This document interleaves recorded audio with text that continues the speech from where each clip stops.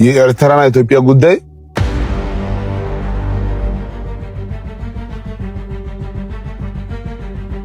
አሁን መልስ አግኝቻለሁ።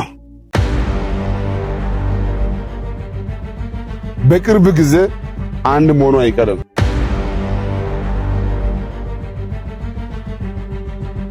አንድ ምንድን ነው ካላችሁ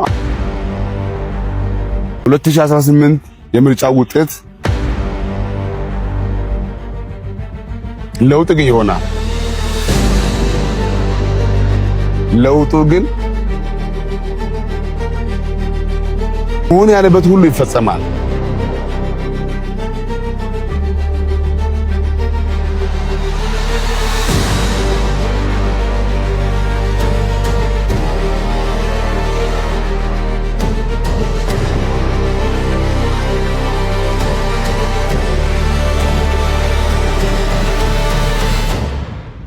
ሰላም ለእናንተ ይሁን ውድ የቻናል ቤተሰቦች፣ ሰላማችሁ ይብዛ እንላለን። ዛሬም እንደተለመደው በአዲስ ትንቢታዊ መልእክት ወደ እናንተ መጥተናል። ለዛሬም ይዘን የመጣነው ትንቢታዊ መልእክት የእግዚአብሔር ሰው ሐዋርያው እስራኤል ዳንሳ ለኢትዮጵያውያንና ለኤርትራውያን ያስተላለፈውን ጠንካራ ትንቢትን ይሆናል። ሐዋርያው እስራኤል በኤርትራና በኢትዮጵያ ጉዳይ እግዚአብሔር አሳይቶኛል፣ አሁን መልስ አግኝቻለሁ። በተለይ በዚህ በ2018 ዓ.ም እግዚአብሔር ምን እንደሚሆን አሳይቶኛል በማለት መልእክት አስተላልፏል። ሐዋርያው እስራኤል በኤርትራና በኢትዮጵያ ጉዳይ እግዚአብሔር አሳይቶኛል፣ አሁን መልስ አግኝቻለሁ። በተለይ በዚህ በ2018 ዓ.ም እግዚአብሔር ምን እንደሚሆን አሳይቶኛል፣ ለውጥ የሚሆን ነገር አለ በማለት መልእክት አስተላልፏል። እንዲሁም የ2018 ዓ.ም የምርጫ ውጤትን በትንቢታዊ መልእክቱ ላይ አስተላልፏል። እግዚአብሔር ለሐዋርያው በኤርትራና በኢትዮጵያ ጉዳይ ምን ተናገረው? ምንስ አሳየው? ምን አይነትስ መልስ ነው ያገኘው? አንድነት የሚሆነውስ በማንና በማን መሃል ነው? ከሁሉም በላይ ደግሞ ሰው ሁሉ እየጠበቀው ያለው የ2018 ምርጫ ውጤት ምን ይሆን? የዚህንና መሰል ጥያቄዎችን ምላሽ ከዚህ ቪዲዮ አገኙታል። እስከ መጨረሻ ይመልከቱ እያልን ለዚህ ቻናል አዲስ ከሆኑ ሀገራዊና ዓለም አቀፋዊ ትንቢታዊ መልእክቶችን በየቀኑ እንዲደርሰው ሰብስክራይብ እና የደውል ምልክቱን በመጫን ቤተሰብ ይሁኑ በማለት ቀጥታ ወደ መልእክቱ እንገባለን።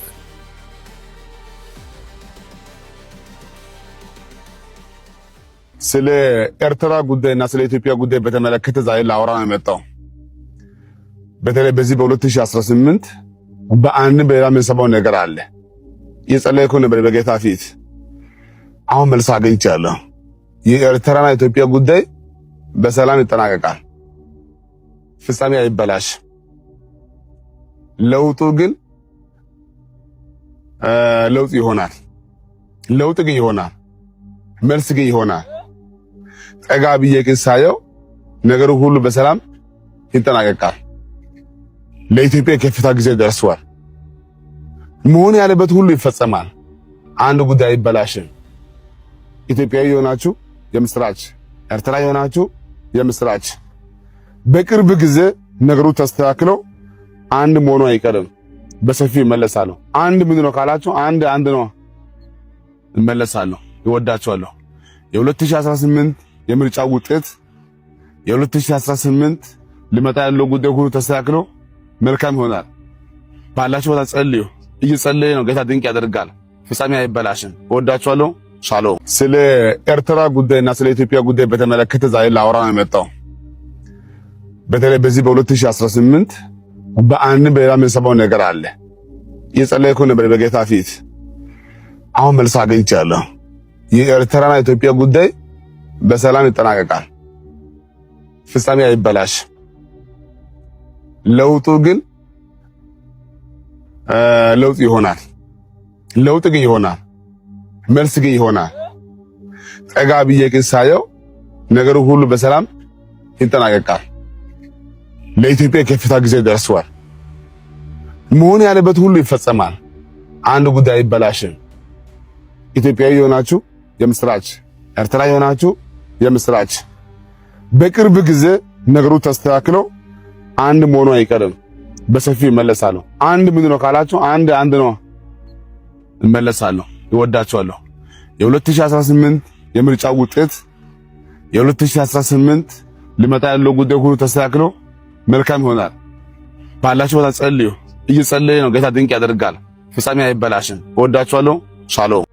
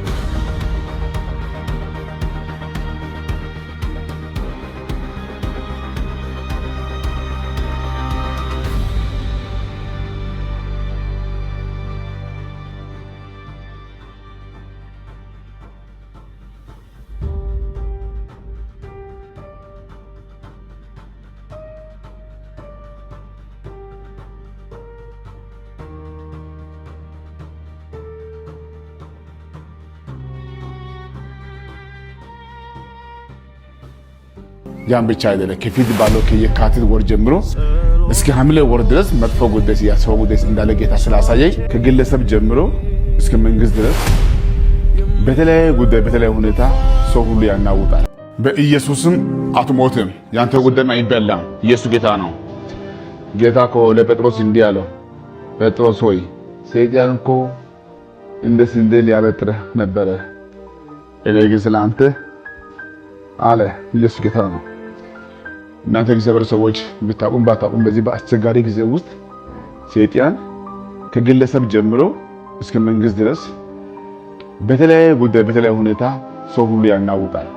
ይህን ፀጉሬን አሁን አንዴ ወደዚህ አንዴ ወደዚህ ባደርግ ይሄ እንደሚንቀሳቀስ ሁሉ የብዙዎቻችሁ ህይወት ጸንቶ እንደማይቆም ድረስ ሰይጣን ነገር ሁሉ አበላሽቷል። በተለይ አሁን ሰሞኑ 15 ቀን ሊሆን ነውና እንግዲህ በዚህ በ40 ቀን ጾም ጸሎት ውስጥ ጌታ ያሳየ ነገር አለ። ትንሹን ትልቁን የተማረው ያልተማረው የከተማው የገጠሩን ሁሉ ሰው ሊያናውጥ መንፈስ ተነስቷል። ያን ብቻ አይደለም። ከፊት ባለው ከየካቲት ወር ጀምሮ እስከ ሐምሌ ወር ድረስ መጥፎ ጉዳይ ያሰበው ጉዳይ እንዳለ ጌታ ስላሳየኝ ጾም ገብቼ እንዳለው ይታወቃልና ኢየሱስ ጌታ ነው። እሺ እየጸለይኩ ነው ያለው። ክብር ለኢየሱስ ይሁን። እኔ የማውቀው አንድ ነገር ነው። ስለ አንተ እኔ እጸልያለሁ፣ ስለ አንቺ እኔ እጸልያለሁ፣ ስለ ሀገሬ እጸልያለሁ፣ ስለ መንግስት እጸልያለሁ፣ ለሰሜኑ እጸልያለሁ፣ ለደቡቡ እጸልያለሁ፣ ለምስራቁ እጸልያለሁ፣ ለምዕራቡ እጸልያለሁ። ጌታ ደግሞ ይሰማኛል። በቤታችሁ ክፉ ነገር አይሰማም። የፈራው አይወርስም። የፈለገ የምጣኝ ፍጻሜ አይበላሽም። ያን ብቻ አይደለም። ከእጆቻችሁ የወጣ ምርኮ በጌታ በኢየሱስም በዚህ ዓመት ለዋታን የዋጣውን ይተፋል። ይደግማለሁ። አይኔ እያየ ከእጅ ወጥቶ የሄደው ምርኮ ሁሉ ይመለሳል። አንድ ወር ሳይሞላ በእውነት የሱ ጌታ ነው የሚያስብል ትልቅ ነገር በቤታችሁ ይሆናል። ይወዳችኋለሁ።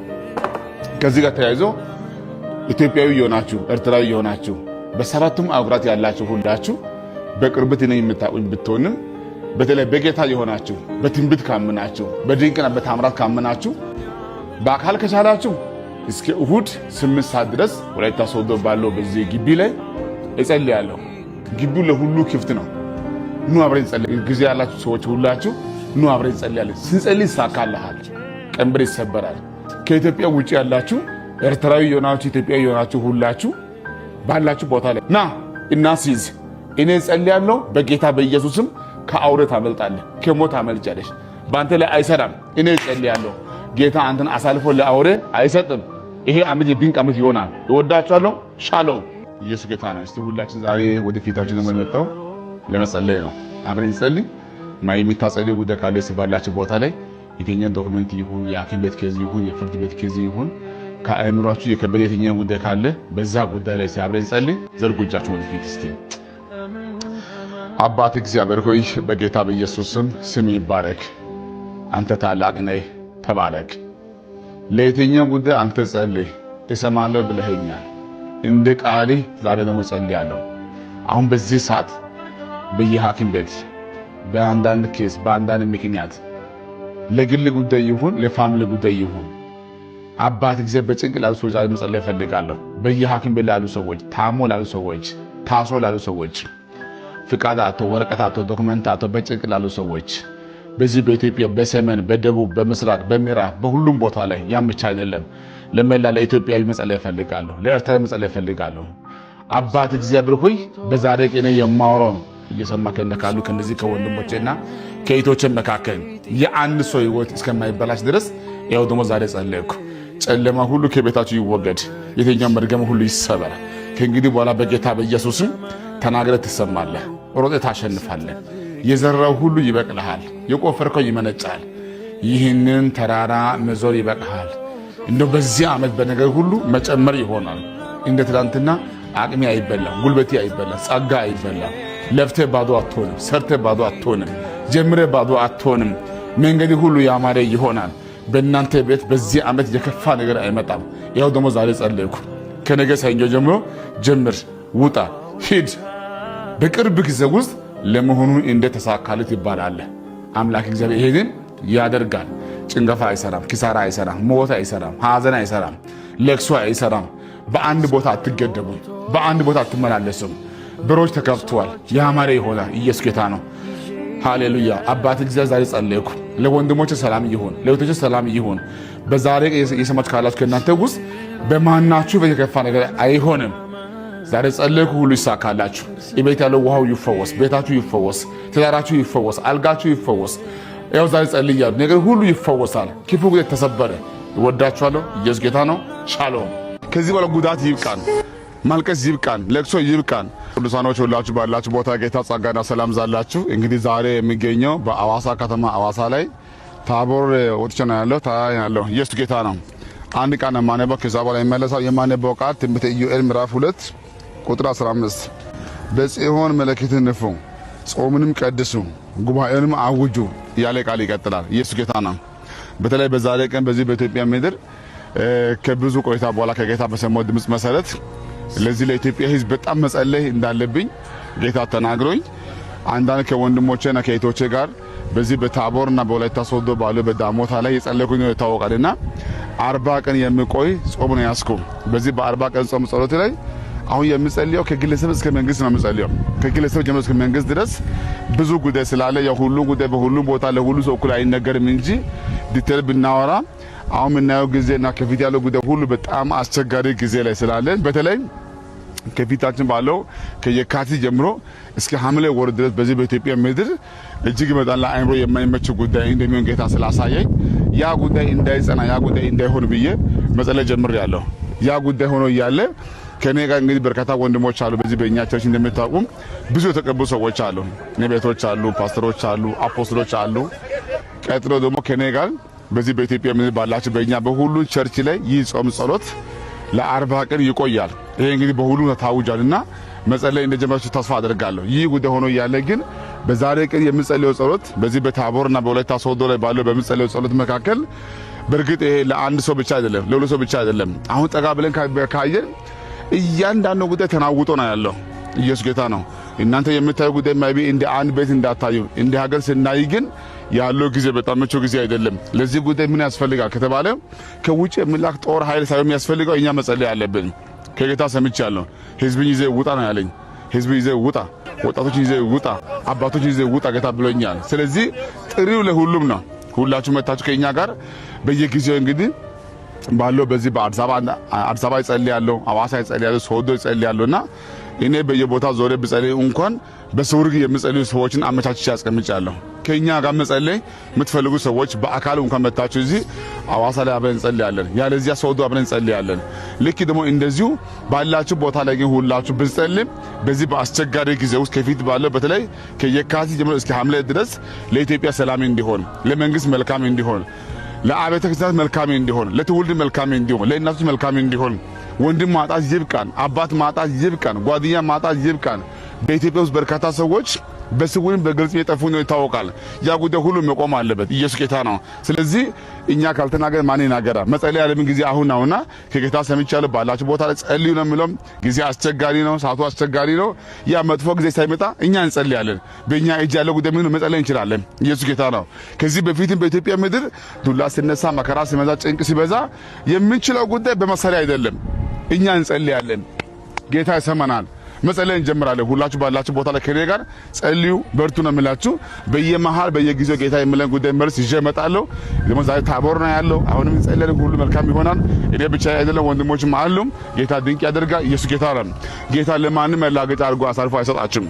ከዚህ ጋር ተያይዞ በዚህ በምንጸልይበት ወቅት ላይ በተለይ ትልቅ ጥያቄ ያለባቸው ሰዎች እንደ ግለሰብ በቤት በህይወት በኑሮ በትዳሬ በልጆች ችግር ያለ ሰዎች ካላችሁ የሚያማችሁ ካላችሁ ሁላችሁ ከቻላችሁ ነው በአካል ያለጀ መደወል ይቻላል። በአካል መገኘት ይቻላል። እኛ አብረን ጸልይ፣ ቀንበር ይሰበራል። የምንጸልየው ከግለሰብ እስከ ለመንግስት ነው የምንጸልየው። ከዚህ በኋላ የሚያናውጣችሁ እንዲቆም፣ የሚረብሽ እንዲቆም፣ መከራ እንዲቆም፣ ጭንጋፋ እንዲቆም፣ ክስ እንዲቆም፣ ሐዘን እንዲቆም፣ ሞት እንዲቆም እንጸልያለን። ጌታ መልካም ያደርጋል። ኢየሱስ ጌታ ነው። እንገናኛለን። ወዳችኋለሁ፣ አገኛችኋለሁ። ሻሎም ነው። ለሰው የማይቻል ነገር ይቻላል። ለዚህ ናቸው ቅዱሳኖች ሁላችሁ ባላችሁ ቦታ ጌታ ጸጋና ሰላም ዛላችሁ። እንግዲህ ዛሬ ወንድማችሁ ወደ ጌታችን መጣ አንድ ሐሳብ ይዤ ነውና ግን አንድ ቃል አነብና ይመለሳል። የማነበው ቃል መጽሐፍ ዜና ሁለተኛ ዜና ምዕራፍ 20 ከቁጥር 1 ጀምሮ ማነበው እንዲህ ይላል። እንዲህም ሆነ ከዚህ በኋላ የሞዓብና የአሞን ልጆች ከእነርሱ ጋር ኢዮሳፍጥ ሊዋጉ መጡ። ወሬኞች መጥቶ ከባህር ማዶ ከሶርያ ታላቅ ሰራዊት መጥቶብሃል፣ እነሆ ዓይን ጋዲ በተባለች በሐሰት ታማር ናቸው ብሎ ለኢዮሳፍጥ ነገሩት። ኢዮሳፍጥም ፈራ፣ እግዚአብሔርን ሊፈልግ ፊቱን አቀና። በይሁዳም ሁሉ ጾም አወጀ። ታች ወርጄ ሳነበው አምላካችን ሆይ አንተ አትፈርድባችሁ፣ ይህን የመጣብን ታላቅ ወገን እንቃወም ዘንድ አንችልም፣ የምናደርገውም አናውቅም። ነገር ግን ዓይኖቻችን ወደ አንተ ናቸው። ኢየሱስ ጌታ ይደግማለሁ። አምላካችን ሆይ አንተ አትፈርድባችሁ፣ ይህን የመጣብን ታላቅ ወገን እንቃወም ዘንድ አንችልም፣ የምናደርገውም አናውቅም።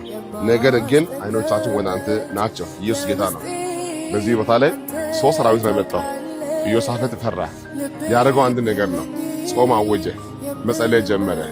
እኛ ምንም አንችልም፣ ግን ዓይናችን ወደ አንተ እናነሳለን ባለ ጊዜ እግዚአብሔር ራሱ ተዋጋ። ውጊያው ጌታ ሆነ። ኢየሱስ ጌታ ነው። በኢትዮጵያ ውስጥ ያላችሁ ኢትዮጵያዊ የሆናችሁ ኤርትራዊ የሆናችሁ በኢትዮጵያ ከኢትዮጵያ ውጭ ያላችሁ ሁላችሁ ዛሬ ዋና የመጣው ጉዳይ ምንድነው?